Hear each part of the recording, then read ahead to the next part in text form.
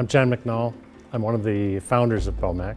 Reality-based training is one of the buzzwords in today's police training lexicon. One of our fundamental philosophies is that you don't change behavior writing in a binder. Filling in a notebook, putting it in the binder collection doesn't make you more skilled. So we keep our classes small. We take them through multiple experiences. All of our courses are going to include hands-on, practical, reality-based activities. Using the model city to bring to life what was taught in the classroom allows the students to change behavior, do things differently when they hit the field. Standby 20, did you copy that 52 is being relieved? Where would you like them to respond?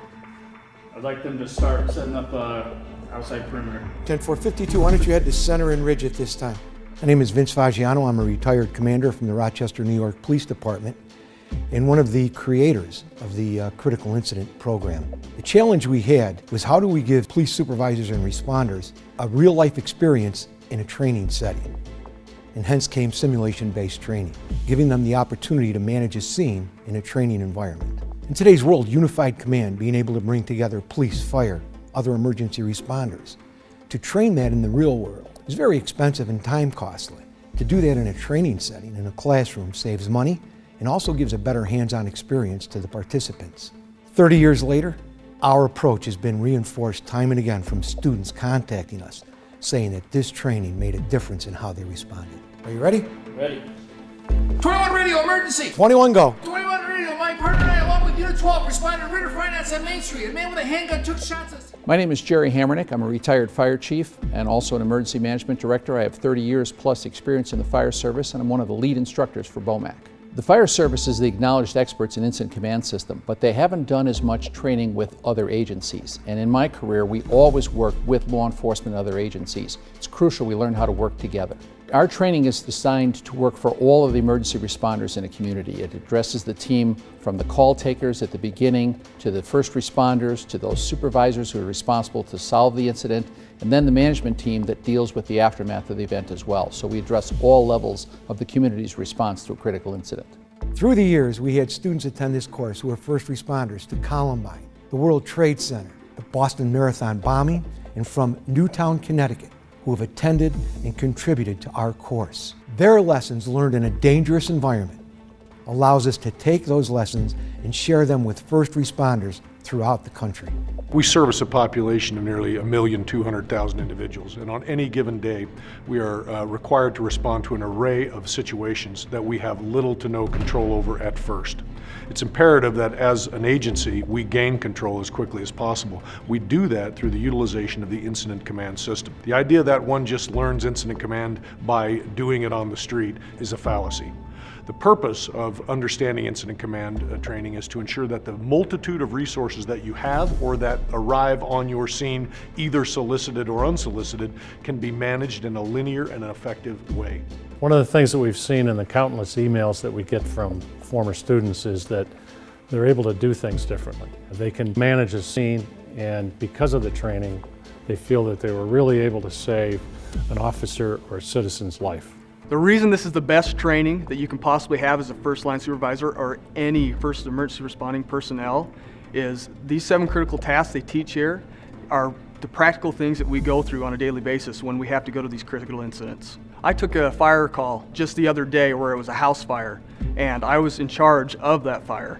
And the 7 critical tasks and this training that we specifically go through, I used right there on that fire. I was able to establish communication control. I unified my command with fire. We got the whole perimeter set up, and we were able to stabilize that scene so nobody was hurt. After I took this class, I have full confidence in what I'm doing.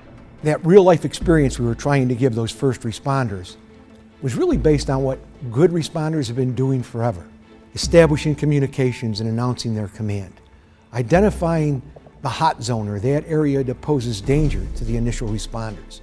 Establishing an inner perimeter, a separate and distinct outer perimeter.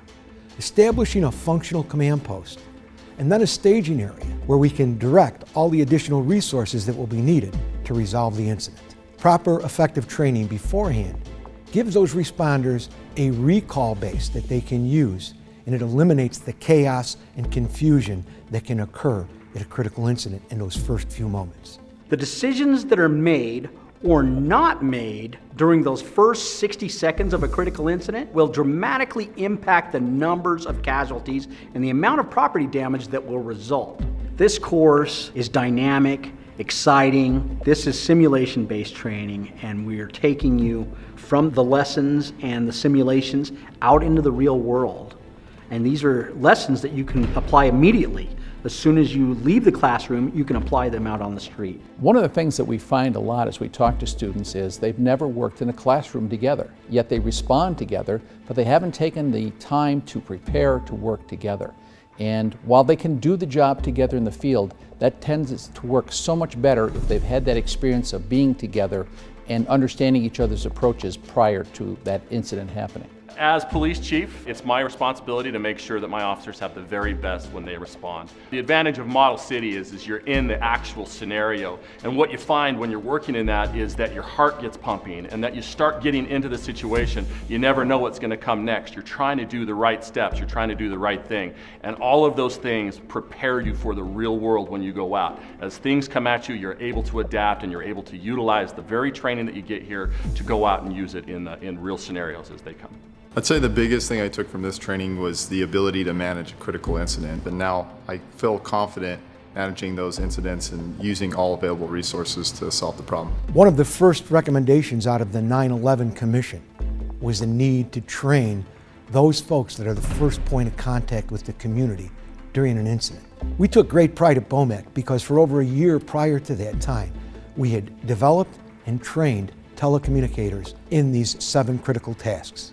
They are probably the most overlooked group in emergency response. There's no question that they are key as they are the first point of contact. The actions taken or not taken in the first few minutes of a critical incident can mean the difference between life and death, both for the responders and the citizens in the community. The Bowmac training is going to prepare students for any kind of an incident, from a barricaded gunman to a hazardous materials incident to a civil disturbance. It gives them an all-hazards approach to deal with whatever affects their communities. The command post training is unique in that it gives students a chance to put into practice things they may have learned. Time after time in our evaluations, we hear from students, I took the ICS training, 700 and 300 and 400, all the various courses. I learned the terminology, but I didn't have any experience. This training has given me the hands-on experience.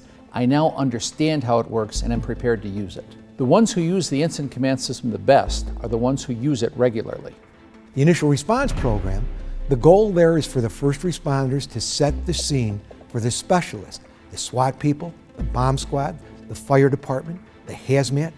Those folks, when they get there, they can do their specialty. Our command post program focuses on those supervisors responsible for resolution of the incident. How do they form a unified command team to bring about a safe and successful resolution? The executive management program. That is the program that informs the upper level people of the organization, of the business, of the community, as to what their role is to continue that continuity of business in the face of this disaster that's going on in their community. In my own experience, we had an incident involving a plane crash, and it went okay, but it could have been better. Years later, we had basically a do-over, a similar situation, almost an exact same location next to the airport. And we used the principles that this class teaches to manage it, and the result was so much better. So what we saw as a result of the training was we eliminated problems we'd seen the first time, like multiple command posts and disjointed lines of authority, people working outside of their area of responsibility. Now everyone was working in their role, and the result was the multiple agencies worked together as a seamless team to achieve a great result in resolving the incident. Although we cannot prevent an incident from occurring, a coordinated, unified response will minimize the impact of that incident on our community. It's time to take action. Do not wait until after an incident to try and train. You need to train before the incident to improve your response. You know, there's an old saying in law enforcement, if you don't control the incident controls you. The way you manage these incidents is through incident command training. It truly prepares both line staff and administrators to respond to nearly any emergency. I strongly endorse this approach to training. Main and Lake blocking all westbound traffic on Main from Lake. 15 will be out at Main and Lake stopping traffic westbound on Main from Lake. One of the things that really makes me proud as a founder is Bowmac is committed in its training to hands-on experiences that develop leadership skills in the students. If you have any desire whatsoever to become a supervisor, it's critical that you have this course. The bottom line is, this course is about saving lives. 20, are you direct on that? Apparently there's a Boy Scout meeting at the dentist office on Main Street that's due to let out. We have parents concerned that the students are going to walk right out into the gunfire here. Car 20 I copy. Let's send a marked unit over to that office and check on the occupants in that building. No, this is fantastic. You would think that you're just going playing with little cars. You're definitely not playing with the little cars. It's real. You're really there on the scene. I feel more comfortable in incident command, and if I have to go somewhere, I feel like I can handle it no matter what.